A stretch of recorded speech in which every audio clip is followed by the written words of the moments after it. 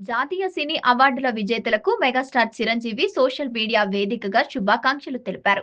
ప్రతి ఏడాది మాదిరిగానే ఈ ఏడాది కూడా కేంద్ర ప్రభుత్వం జాతీయ చలనచిత్ర అవార్డులను ప్రకటించిన విషయం తెలిసిందే. జాతీయ సినీ రంగంలో విశేష కృషి చేసిన చిత్రాలకు, కళాకారులకు రాష్ట్రపతి చేతుల మీదుగా అందించనున్నారు.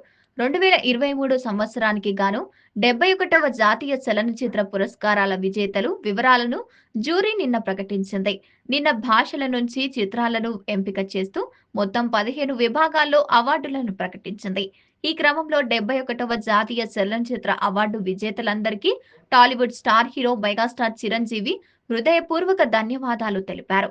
ఉత్తమ చిత్రంగా 12వ పేర్కు సంబంధించి అభినందనలు తెలియజేశారు.